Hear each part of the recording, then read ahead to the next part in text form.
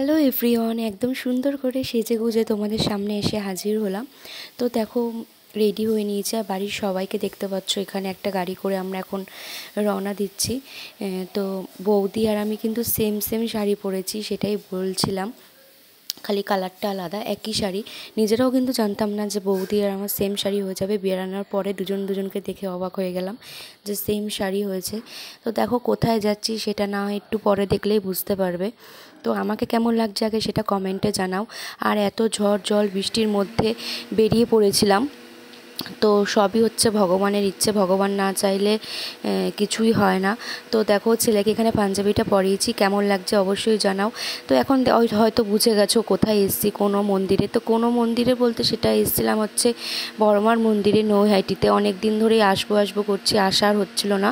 তো যদিও বা আমার এটা নিয়ে থার্ড টাইম, মানে 3বার এসেছি এই নিয়ে বড়মার কাছে পুজো দিতে। এবার আসলাম বাড়ির সবার সাথে, কিন্তু একটু হলেও মনটা খারাপ। সব খুশির মধ্যেও মা, মানে আমাদের ফ্যামিলি, মা, বোন, বাপি এরা কেউ থাকতে পারেনি। ওরা গেছিলো সেদিন আবার নিউ মার্কেট বা মার্কেটিং করতে পুজোর। তো দেখো ভেতরে ঢুকে গেছি, ঢুকে বড় মাকে ভালো করে পুজো দিলাম।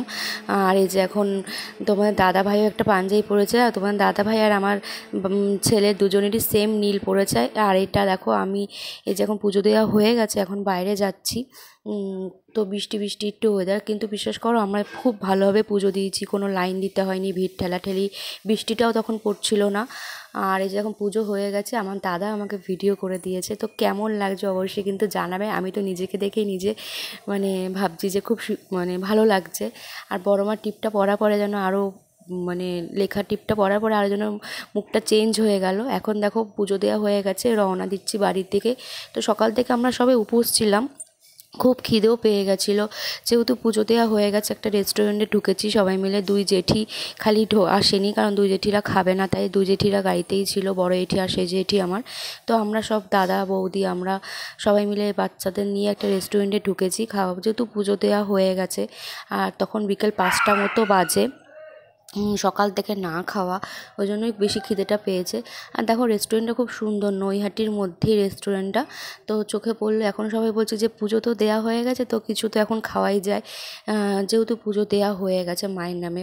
এবার এখন তো কি অর্ডার দিয়েছে দেখো, মটন বিরিয়ানি অর্ডার দেওয়া হয়েছে, আর এখানে গ্রিন স্যালাড মানে একটু দিয়েছিল। তো মটন বিরিয়ানি খেয়েছি, এটা নিয়ে আবার কেউ ভুলভাল কমেন্ট করো না। যাই হোক, তো এখন দেখো বাচ্চারা খাচ্ছে, কারণ পুজো দেওয়া হয়ে গেলে আমি মনে করি আর কিছু থাকে না, যেহেতু পুজো দেওয়া হয়ে গেছে। আর ওরা তো খুব মজা করেছে বাচ্চা কাচ্চা। আর এখানে দাদারা বসেছে, আর এপাশে আমি আর বৌদি বাচ্চাগুলোকে নিয়ে বসেছি। আর জেঠিদের জন্য কিছু খাইনি বলে এখানে মিষ্টি আনা হয়েছিল।